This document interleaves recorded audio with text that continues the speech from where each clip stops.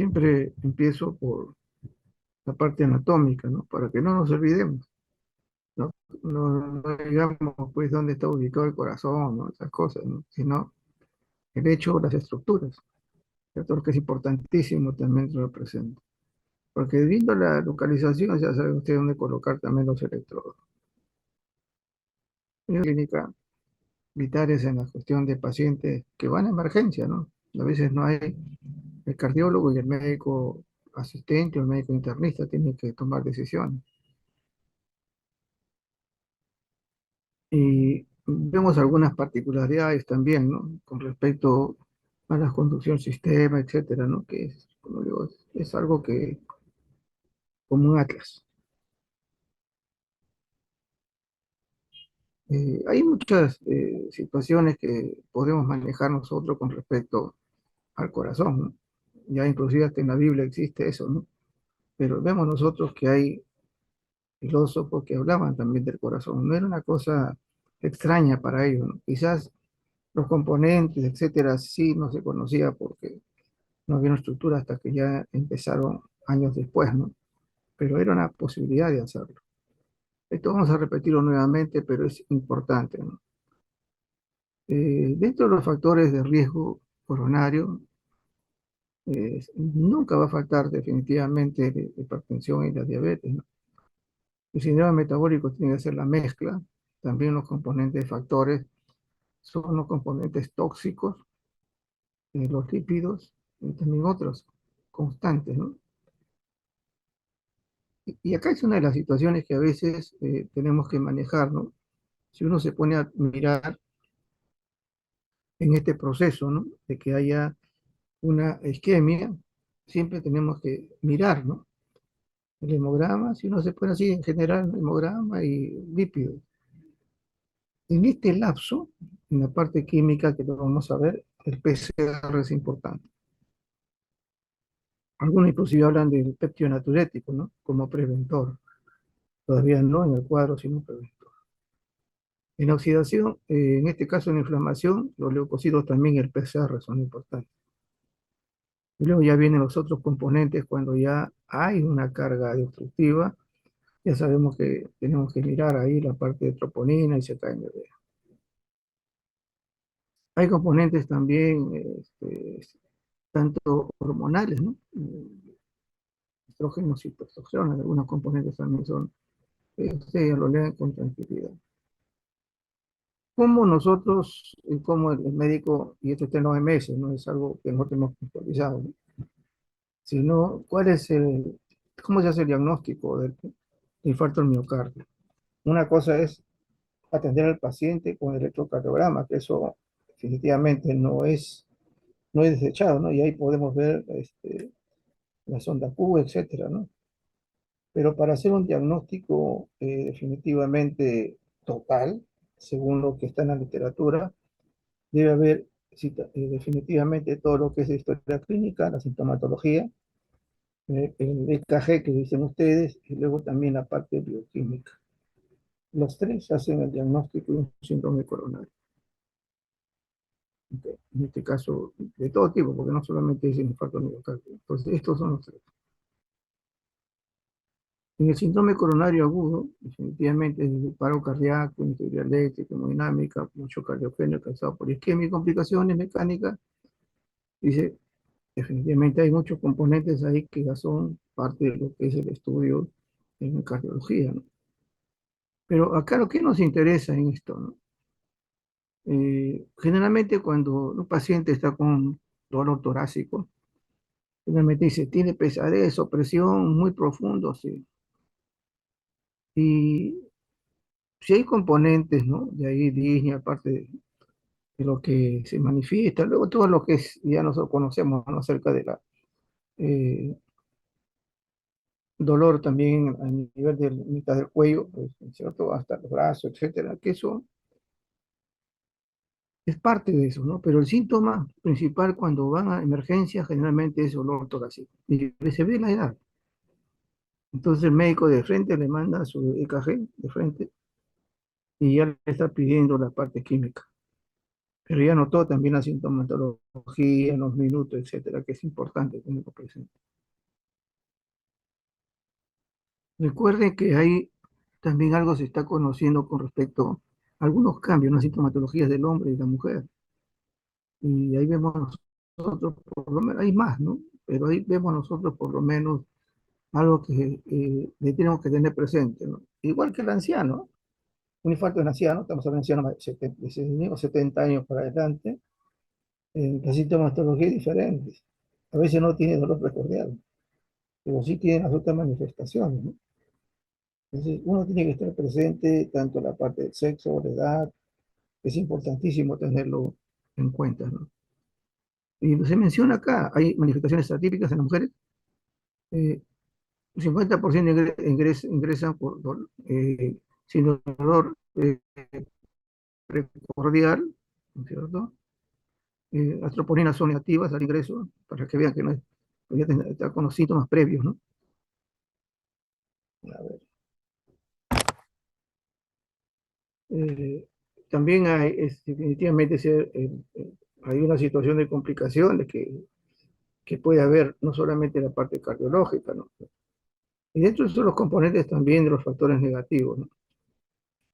Y acá, definitivamente, el AKG no es diagnóstico, pero sí podemos nosotros hacer el control y vemos nosotros las elevaciones constantes, ¿no?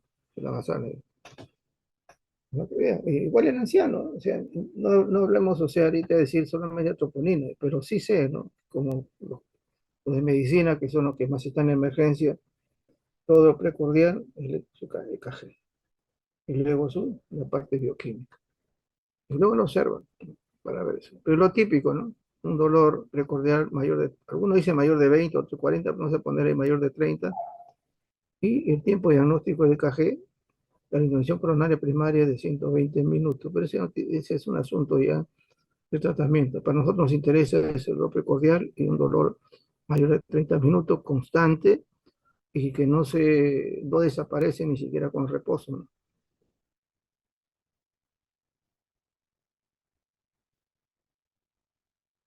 Ha habido marcadores cardíacos antiguos, algunos ya no se les pide, algunos inclusive en nuestro medio ya no se les pide, pero en otros países sí se les hace como una especie de un screening así general, ¿no? Para hacer como si fuera una batería para ver en qué situación está el problema cardíaco. La transaminasa, definitivamente, la hidrogenasa también está limitada, salvo que no haya pues los bioquímicas actualizados, ¿no? CKMB, mioglobina, CKMB y la troponina, y que lo vemos acá nosotros. Mioglobina, del IADH ya quedó fuera, troponina y CKMB. El cardiólogo, definitivamente, si no hay troponina, va a pedir CKMB. Y si hay troponina, va a pedir solamente eso. Y eso lo he conversado con ellos muchas veces y me dicen, no, troponina. El resto, clínica. Hay biomarcadores, imagínense, ¿no? Hay una clasificación tremenda, académica, ¿no? Y siempre es bueno tenerlo presente, ¿no? Los biomarcadores de necrosis miocárdica, CKMB, troponina, hemoglobina. Marcadores de isquemia miocárdica, albúmina modificada por isquemia, proteína fijadora de ácido graso. Que definitivamente muchos de estos ya salen a la reducir en la parte epidemiológica, no más que en el momento de tratamiento.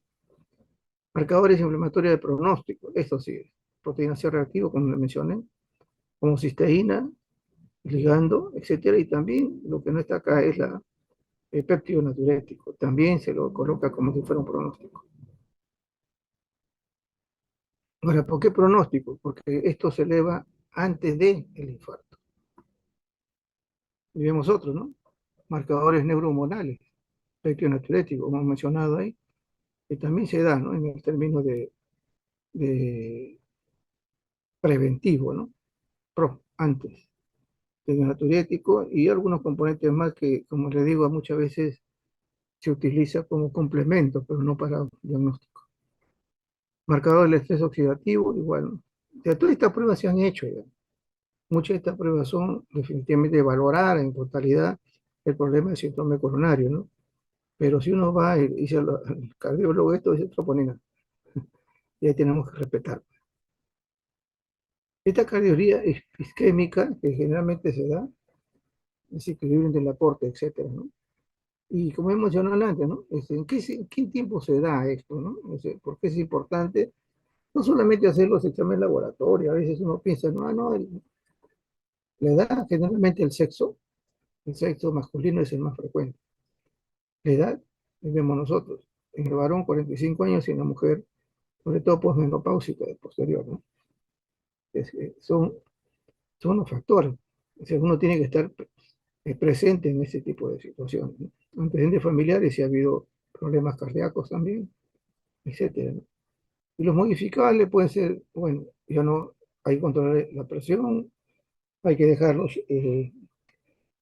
productos tóxicos, hay que controlar la diabetes, hay que bajar el colesterol, hay que hacer un trabajo para adelgazar, etcétera, y los ejercicios.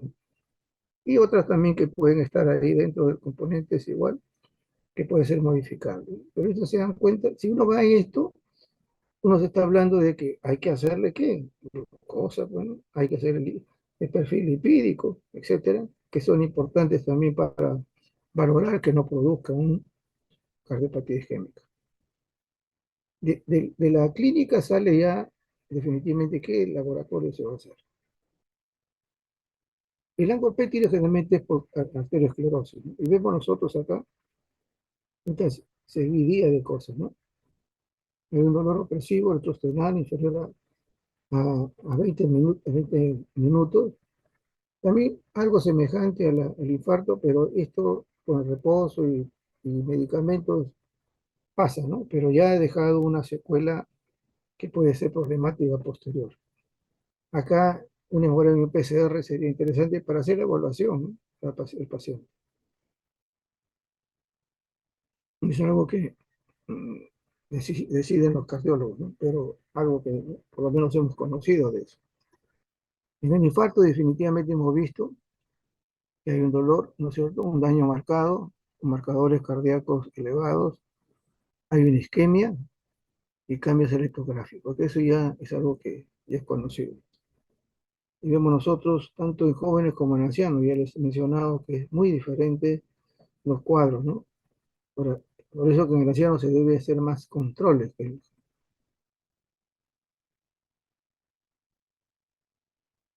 Las causas cardíacas, un problema coronario isquémico, etcétera, síndrome coronario, sea de cualquier tipo, vemos nosotros que aquí hay un sinnúmero de patologías netamente cardíacas y las no cardíacas. Y si uno quiere controlar, tendría que, vamos acá, ¿no? Paciente cerebrovascular, de manera así es diabético, tiene hipertensión, perfil lipídico, etcétera. Es importante, se dan cuenta. Pues ahí está, si hay insuficiencia renal, hay que ver urea, creatinina, su hemograma, orina y todo lo que es depuración, ¿no? Etcétera. Eso es lo que pues tenemos también igual, se dan cuenta, o sea, de las situaciones o causas que pueden provocar un problema cardíaco, de ahí se saca el laboratorio.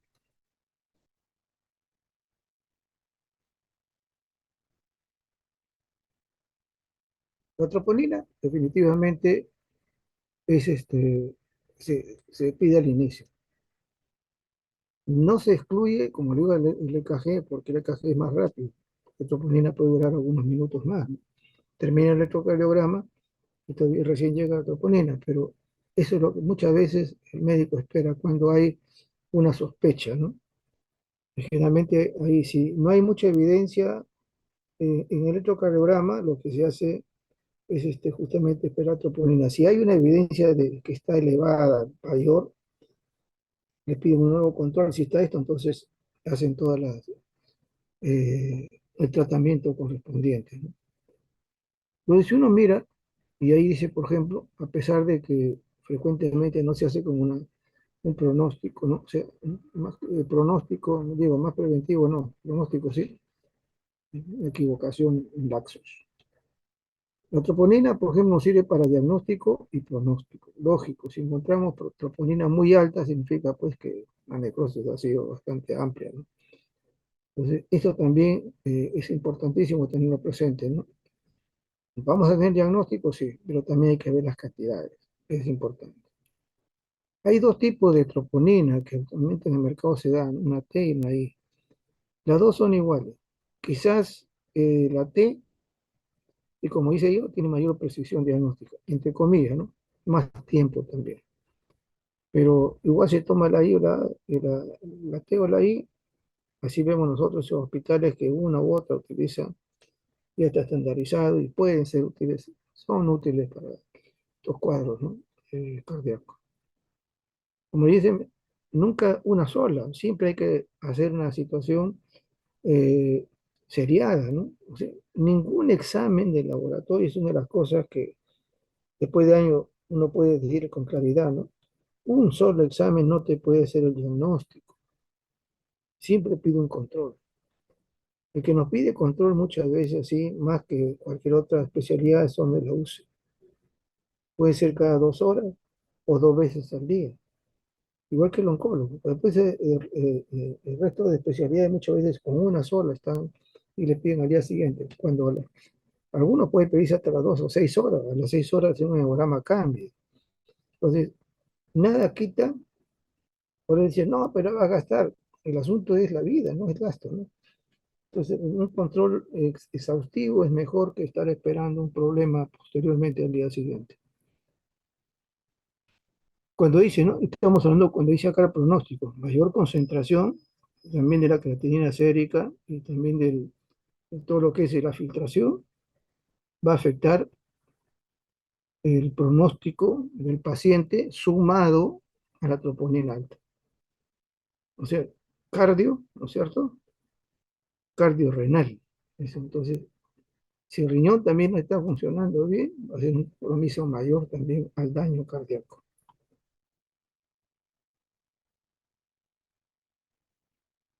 ¿Qué cosas en el COVID-19 se ha presentado? Generalmente son de tipo grave, ¿no? Una angina inestable, miocarditis aguda e insuficiencia cardíaca. Es lo que generalmente se ha visto en pacientes con COVID-19. El mecanismo que ustedes ven es importante tenerlo presente y algunas cantidades también para poder determinar cuál de estas puede ser sospechosa, ¿no? En el síndrome crónico. Acá solamente un cuadrito para que vean, este es un cuadro de Argentina, ¿no? Que también ha hecho trabajo con el cuadro troponina y COVID-19. Y ahí menciona un marcador pronóstico, en caso, ¿no?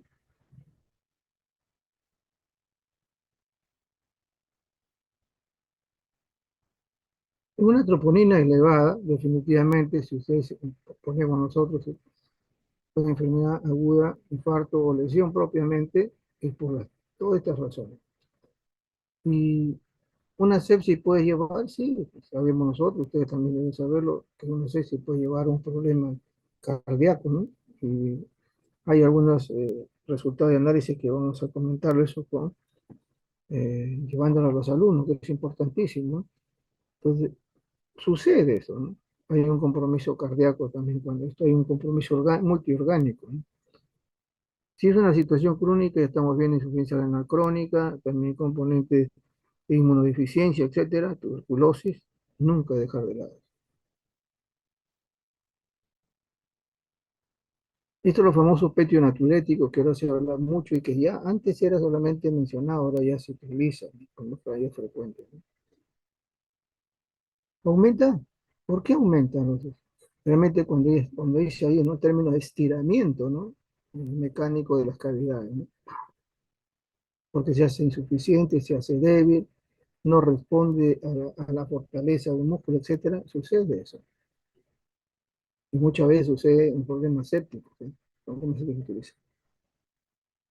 Hoy también nos habla, ¿no? De una información pronóstica, ¿no? Adicional a la troponina, sobre el riesgo de muerte, insuficiencia cardíaca aguda o desarrollo también de algunas enfermedades también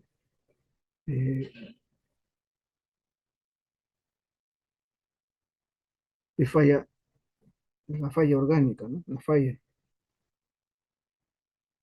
Identificación y la presencia cuántica del grado de estrés hemodinámico. ¿Cuál es lo importante de esto? Eh, Va a calificar definitivamente, generalmente lo que se observa mucho en los cardiólogos que lo mencionan es insuficiencia cardíaca. Es lo que es, y también es una situación de pronóstico. Hay variedades también peito nasorético. Acá están las cantidades, que son importantes tenerlo presente también. Esto sí es importante de referencia. Otro problema ya sabemos que si tiene un valor mayor de uno, estamos ahí, ¿no? Pero aquí sí hay cantidades mucho más pequeñas y debe tenerlo en cuenta, ¿no? Y también eso valorarlo posteriormente, ¿no? Acá tenemos nosotros dos elementos también de peto nasorético, el VPN y el otro PRO. Ahora, esto, como le mencionaba, esto de acá es importante, ¿no es cierto? La parte de valor de referencia y saber de que esto va a ser una situación mecánica, ¿no es cierto? De estiramiento, se puede decir, ¿no? Es pronóstico juntamente con la troponina. Y lo que más se observa es en la insuficiencia cardíaca, ¿no? Por lo menos dentro de la frecuencia. Hay otros elementos también que en otros lugares se utilizan como un complemento, ¿no? Acá en nuestro medio, por lo menos, hasta un poco limitado. En la región media de péptido pro adrenomedulina, ¿no es cierto? Y esto se ha visto, como les digo, a veces han utilizado mucho la parte biológica, está asociado a la disnea, a la hipertensión arterial, enfermedades crónicas, etcétera. Según dicen, hay una correlación entre el empeoramiento de la función sistólica, el aumento de las presiones arteriales, pulmonares y disfunción diastólica. O sea, como ven ustedes, es ya un poquito más allá de las complicaciones que puede haber y que está limitado para ciertas cosas, ¿no? Pero no es una medida que se utiliza frecuentemente. El factor 15 también igual, es una citocina, una respuesta al estrés y a la inflamación. Proteína de unión ácido graso igual, la copeptina igual. También podría agregarse al resto del pronóstico como el PCR, troponina, etcétera, inclusive hasta el natriuréticos, ¿no? Eso es lo que sea, como le digo, como son muchas de estas sustancias han llevado más epidemiológicamente, ¿no? ¿Qué nos interesa a nosotros, no? Que antes se utilizaba mucho clorina total, ¿no?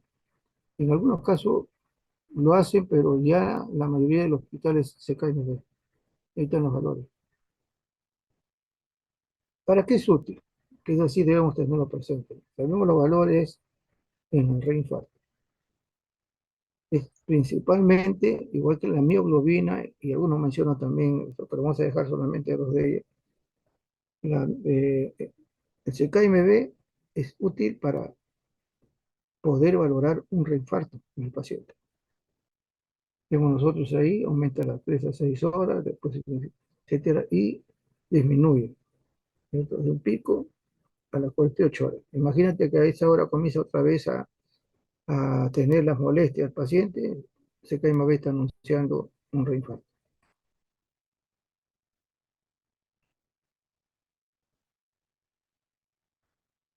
En el caso de la mioglobina, que mencionaba también, igual también es útil en reinfarto, es por el tiempo, ¿no? De permanencia. Ahí los valores de referencia es así.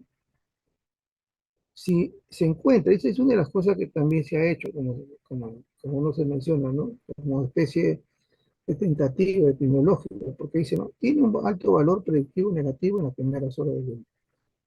Si así no está elevada, supuestamente no es más. Pues es un valor pronóstico negativo. Si está elevada, sí, definitivamente en las primeras horas del Lima está presente.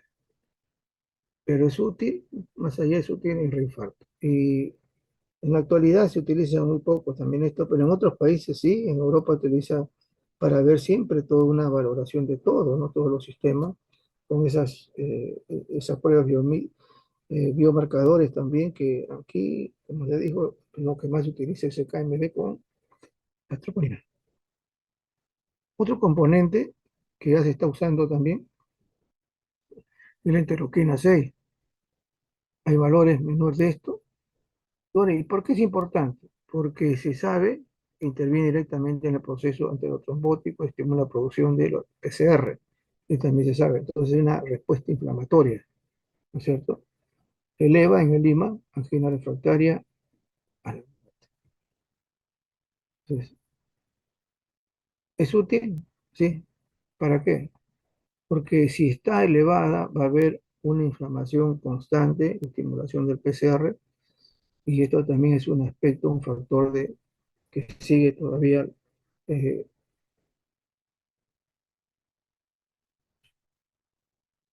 produciéndose los ateromas, etcétera, ¿no? Y comenzamos en eso, el proceso aterotrombótico, ¿no? Esa es la razón. También nos está anunciando, pues, de que el proceso del daño hacia el endotelio también se está dando, ¿no? Porque y la seguida también de los elementos leucocitarios. Pues es la razón que utiliza actualmente eso, ¿no? Es como si fuera un reactante de fase aguda. Eso es lo que mencionaba, las proteínas C reactivas de alta sensibilidad, no la que utilizamos nosotros como un látex, no lo que normalmente se ha hecho, ¿no? Por más que sea cuantitativo. La ultra sensible es otra cosa. Es un reactante de fase aguda, definitivamente los valores están ahí, menos de 1 miligramo por litro de referencia. Y igual que la interleuquina 6, que es estimulante, ¿no? Va a hacer que se libere también la proteína C reactiva. Entonces, son como si fueran compañeros de estimulación, pero que nos implica que hay una inflamación. También, lógicamente, hasta en infecciones también encontramos, ¿no? ¿A qué se le pide a este PCR, ¿no? Es un predictor también. Más se le considera el PCR como un predictor. ¿En quién? Muchas veces en pacientes que no tienen sintomatología, ¿no? Y aparece definitivamente luego un ACV, un ictus, una muerte súbita, una enfermedad arterial periférica, e incluso cuando el colesterol está normal. Entonces, el PCR es un predictor. Antes de los infartos, edema, antes de las enfermedades neurológicas, etcétera, antes de la muerte súbita.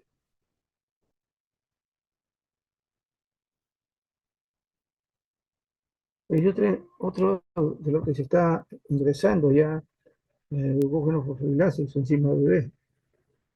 Ahora, era importante que se libera a la circulación de 2 a 4 horas después del iniciado del esquema miocárdica, y luego vuelve a los valores normales, ¿no? Entre 1 a 2 días. O sea, eso definitivamente lo hace más sensible.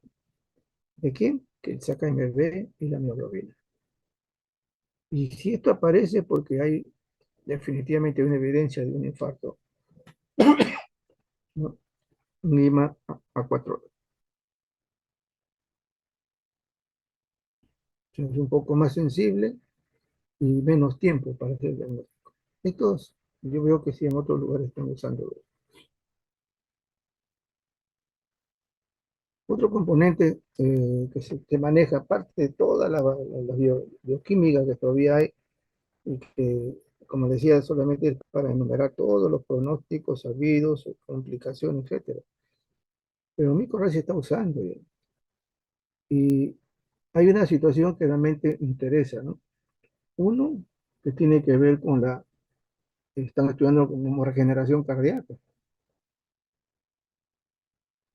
Dos, que tiene que ver, dice, controla patrones de expresión en genético, etcétera, que es importante, y aparecen, ¿no? En esa fisiopatología también del infarto al miocardio.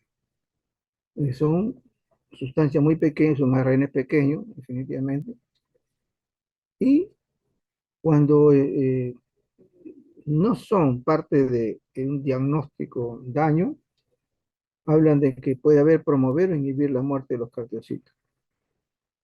y también regular la revascularización postsistémica. Pero casi la sustancia, muchas sustancias, igual que los complementos, tiene un lado positivo, pero cuando hay factores negativos también se vuelve negativo. Aquí en este caso, el RAP también puede haber que hay una protección propiamente de las células cardíacas, ¿no? Y también, en este caso, también considerando que es parte de la regeneración cardíaca, sobre estos lugares donde es iscámico. Y también desempeña una regulación en la apoptosis, nefroptosis, autofagia, etcétera, lo que necesita. Entonces, si esto sucede y esto es debido al aumento a un imán, definitivamente es que hay una destrucción propiamente de los calicitos. Microarray igual, ¿no? Como digo, ya también he trabajado mucho en países que están cerca de nosotros y están utilizando esto para no solamente de hacer un diagnóstico, mucho más temprano, ¿no? Porque son cantidades muy pequeñas, sino también para una regeneración celular. Eh,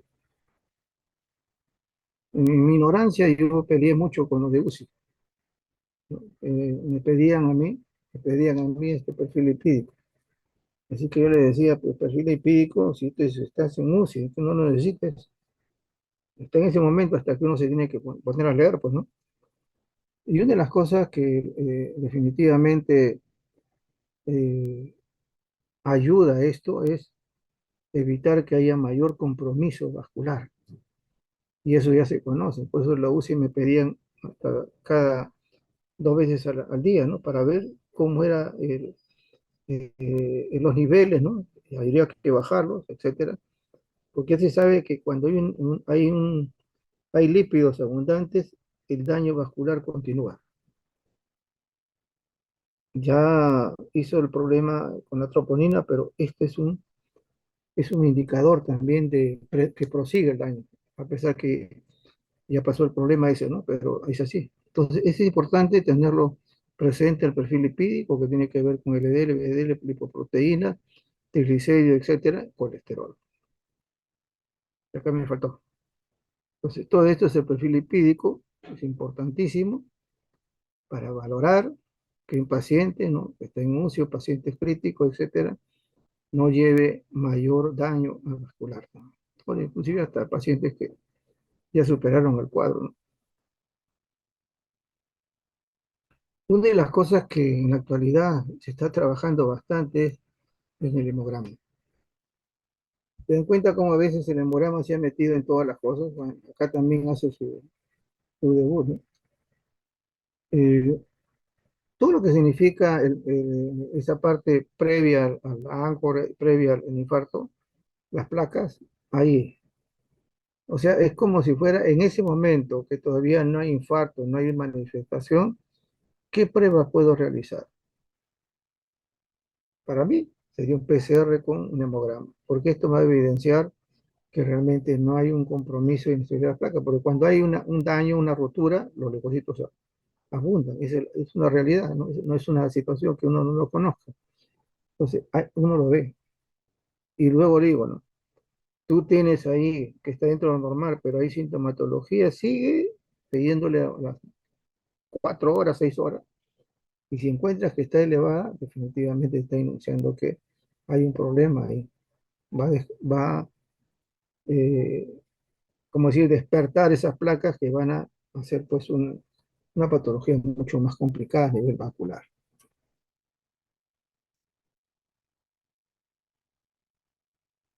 Y ahí viene, ¿no es cierto? Los leucocitos que van a ir, pues, como es un cuadro infeccioso, y va a haber formación microvascular, dice, y hace que las placas sean más susceptibles a la ruptura.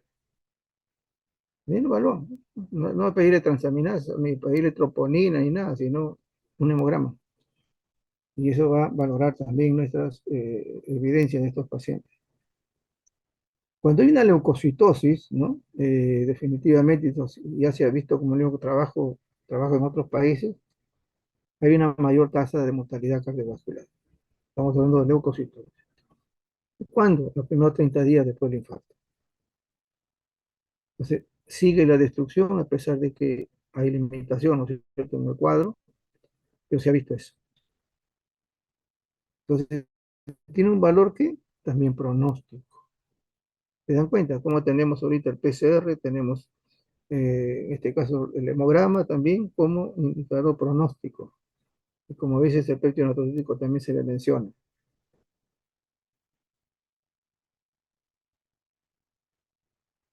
¿Qué pasa con la neutrofilia, etcétera? Igual, ¿no? O sea, estamos hablando igual, porque no son leucocitos igual, estamos hablando del desarrollo de la elección de qué, por reproducción microarterial después de la revascularización de la arteria relacionada al infarto.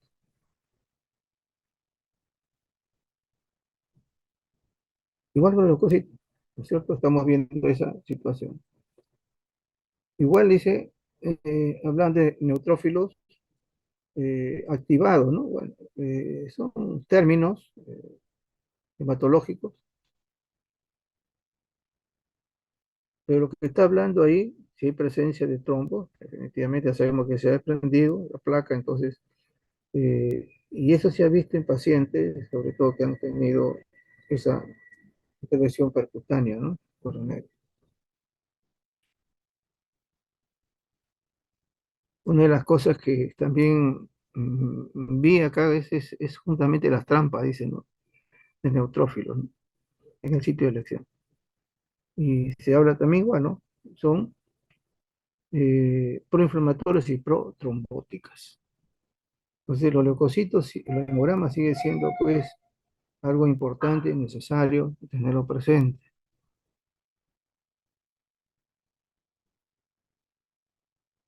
Ya vamos a ver que ustedes BPM y también TELADE, ¿no?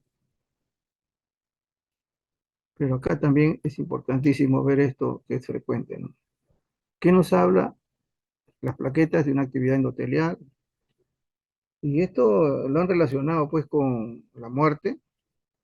¿Y por qué? Porque definitivamente cuando hay alguna lesión hay agregación, pues, plaquetaria. Entonces también va a aumentar también las cuestiones isquémicas en el paciente. Entonces, también un hemograma lo vemos, ¿no? Ahora en las prácticas hemos visto con mi grupo un hemograma con leucocitosis y abundantes plaquetas.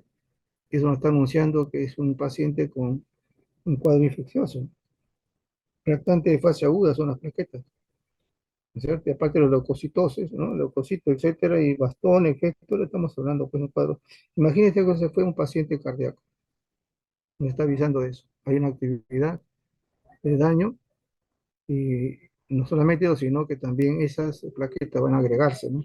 Si hay un sitio de lesión.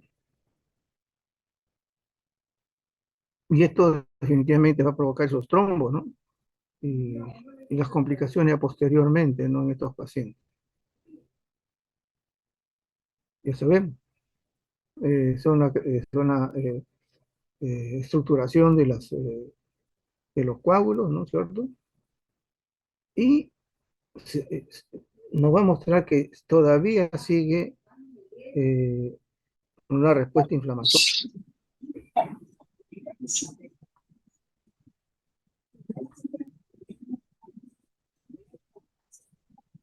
Alguien está con un micro prendido. La muerte súbita, y es que es una de las cosas que en la muerte súbita, que también es algo que se ha visto en muchos eh, artistas, jugadores de fútbol, etcétera. Esa es una de las cosas que realmente uno dice, hacer el diagnóstico es difícil, ¿no? Porque durante la hora puede fallecer el paciente, pero ya hay, o sea, cuáles son las causas, ya se conoce, por esa razón que hay que tenerle cuidado, ¿no? Son definitivamente enfermedades de las arterias coronarias en 80% de los casos, ¿no? Hay, eh, hay también algunas microcardiopatías, ¿no? En este caso, tanto tóxicas, idiopáticas, componentes, factores también lipídicos, etcétera. Pues esto también es parte de que uno controle, ¿no? El paciente, si inclusive más tenido sospechas de alguna patología de una familia. insuficiencia cardíaca, también puede dar esa muerte súbita, enfermedad valvular, estenosis aórtica, la muerte súbita, la tetología de Fallot, la muerte súbita. Generalmente son pacientes menores, ¿no? No son ancianos. Y lo que sucede es una arritmia, definitivamente, y con eso no hay una respuesta, pues, ¿no? Cardíaca. Si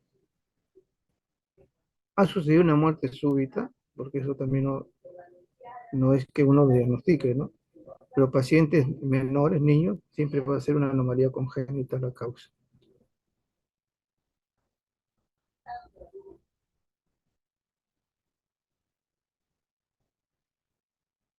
Recuerden que no solamente es laboratorio, sino también hay algunas condiciones de EKG que son importantes, inclusive hasta un rayos X. ¿Qué se va a pedir en esto de la muerte súbita? ¿No? Previo, ¿no? No en momentos, un poco difícil.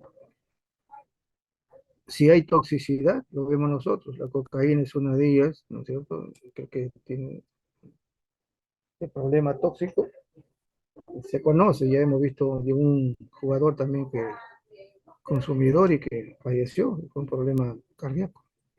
No hubo tiempo en el camino, ¿no? Falleció.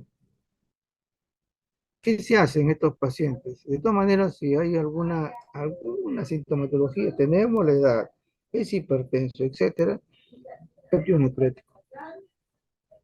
En España se está haciendo el electrocardiograma en escolares, ¿eh? Que han encontrado definitivamente que el 2% de escolares que vienen de primaria con problemas justamente de algunos elementos medios extraños, podemos decir, o tipicidad en los ritmos. Ya se ha visto eso. También se ha visto de que si hay un problema con el calcio, hay problemas de electrolitos, también puede haber dificultades con esto. Y eso, si uno se pone a mirar así, no suceden en esos gastos de los deportistas. También se sabe que esto es por ahí un componente genético. ¿Y qué más? Aparte del péptido natriurético, aparte de los elementos electrolíticos, es ver definitivamente el perfil lipídico, nutricional, toxicología. Eso definitivamente son factores, ¿no? Que en el momento no vamos a poder hacerlo porque el paciente muchas veces muere antes de la hora. Entonces, pero esto ya se conoce que se debe realizarlo. El famoso infarto silente es una situación realmente muy, muy, muy complicada, ¿no? Siempre me acuerdo de los ancianos, no tienen ninguna sintomatología y sin embargo mueren con un infarto, ¿no? Y vemos nosotros aquí, edad 45 años más en hombres y 55 para las mujeres. Y siempre hay antecedentes, ¿no? Como en el otro caso la diabetes igual, ¿no? Lípidos, sobrepeso, presión arterial, lípidos, falta de sedentarismo. Hay un compromiso previo, ¿no es cierto? Hay toxicología y antecedentes. O sea, estos son factores que no se va a retirar y va a ser propiamente un cuadro, un infarto silente, etcétera, va a ser causa. O sea, los factores son los mismos, ¿no? O sea, el desencadenante es otra cosa.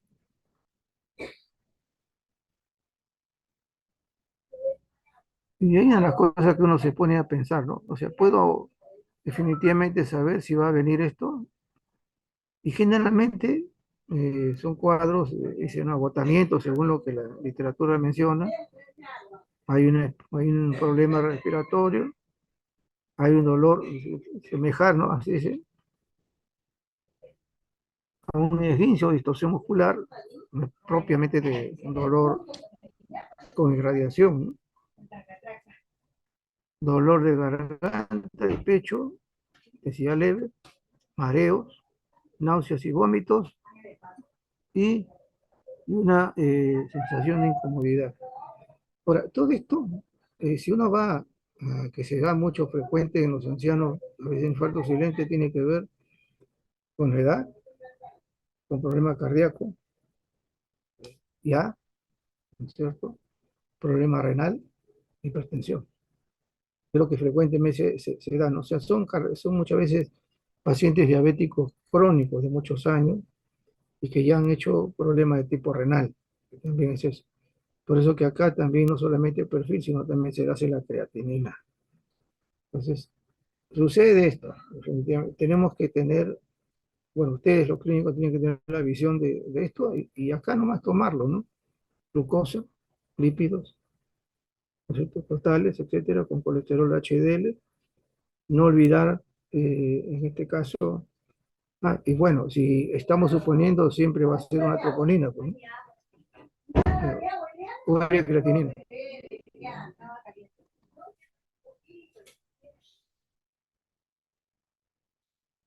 Y acá vemos nosotros abajo. Nunca, una consideración, nunca dejen de hacer hemograma. Yo una de las cosas que he remarcado ahí en los grupos, de hecho, ¿no? De tantos años que tenemos, nunca dejen de hacer un basal a los pacientes. No, pero ¿qué tiene que ver? Háganle un basal. Usted tiene que ver en qué situación se encuentra. Y un basal significa glucosa, urea, creatinina, etcétera, examen de orina, hemograma. Y ahí van a ustedes evidenciar realmente si es que hay algo que está caminando mal. ¿Ok? Aparte, pues, de controlar su EKG, su troponina, etcétera, esto es importante. Pero son pacientes que suceden, ¿no? Y generalmente hemos visto pacientes ancianos. Y muchas veces hasta sienten mareo nada más, ¿no? No tienen ni una sintomatología, solamente mareo y lo llevan por eso. Le toman su EKG, encuentran esto, le toman troponina y está elevada. ¿Qué cosa es? Un diabético, problema renal. Es lo que tiene que ustedes vigilarlo. ¿Ok? Creo que hasta ahí nomás nos quedamos. Vuelvo otra vez a mencionarle, ¿no? Las otras cosas pueden ustedes leerlo con tranquilidad, pero remarquen la utilidad de troponina, el CKMB, la mioglobina, que es importante, el péptido natriurético, el PCR, ¿no es cierto? Porque uno va en el camino, ¿no? Antes de, ¿qué pide? PCR, un hemograma, que es importantísimo. En el proceso, ¿qué puedo pedir? PCR, un hemograma también, perfil lipídico, todo eso, ¿no es cierto? Ya cuando está el cuadro, troponina y CKMB. El resto solamente es de complemento, pero en ese seguimiento estamos viendo nosotros que está el proceso inflamatorio, sigue, y que esos se van a desprender ahí unos trombos, etcétera, y vamos a tener problemas. Ese es el asunto. Entonces, nunca dejar de hacer un perfil basal de los pacientes, sea de cualquier especialidad. ¿Ok? Ok.